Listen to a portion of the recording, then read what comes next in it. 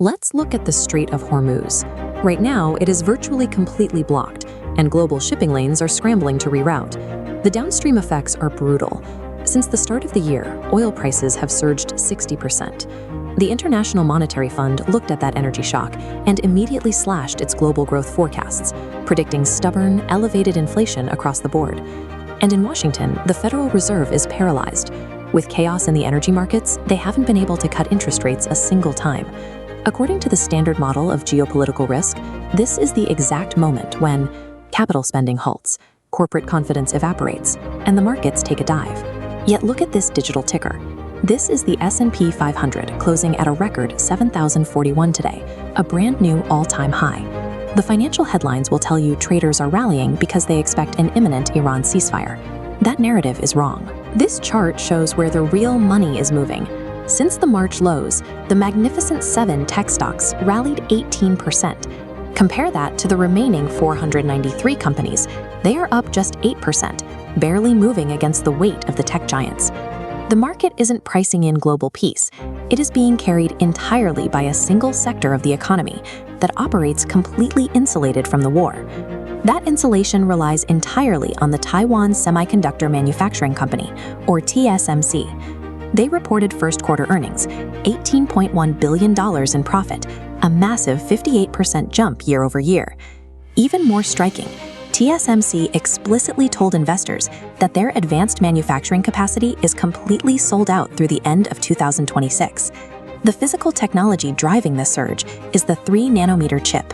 These microscopic brains for artificial intelligence are packed by the thousands onto silicon wafers. This area chart shows the shift. 30 months ago, 3-nanometer chips made up 6% of TSMC's revenue. Today, they account for 25%. That 19-point expansion proves the AI build-out transitioned from theoretical planning directly into physical mass production. Every point of that growth is a contract signed and paid for. The capital has already been deployed, locking it in regardless of whatever geopolitical shock happens next. To understand why this sector ignores the news, you must look at two entirely different clocks. Geopolitics moves in hours and days, but semiconductor manufacturing operates on a slow, deliberate timeline. This dual timeline illustrates the disconnect. Up top is the erratic daily noise of global crises. Below is the reality for tech giants, locking in capacity 18 months in advance. The physical constraints demand it. Manufacturing one advanced wafer takes 3 continuous months. These fabrication plants run under extreme conditions. They cannot simply be paused and restarted when a crisis hits, without incurring catastrophic financial costs. This creates a very deep economic paradox. A war in the Middle East can instantly force oil tankers to turn around, but it cannot legally or physically reverse an active chip contract. The artificial intelligence industry survived the economic shock because its decisions were fully funded early, locked tightly in, and already physically underway long before the first missile was fired.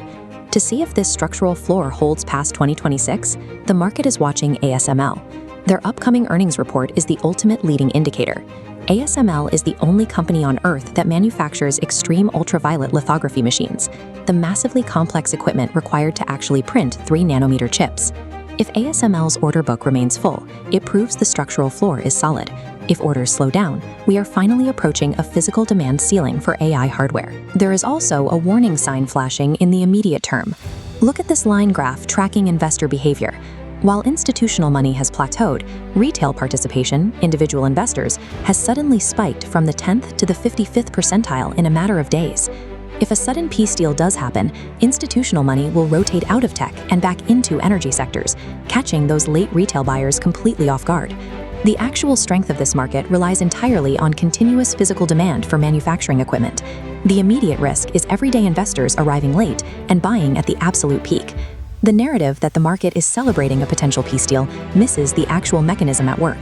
The market hit an all-time high because it recognized a structural floor. The global economy has essentially split into two distinct realities. There is a severely damaged fuel line constrained by war, and a completely untouched brain calculating the future. The tech giants driving this massive market rally are simply the companies running entirely on that unbothered brain.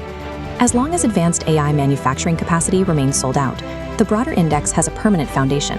It is a floor built entirely before the war began and designed to outlast it. This is Market Truths. Clear analysis of markets, technology, and power.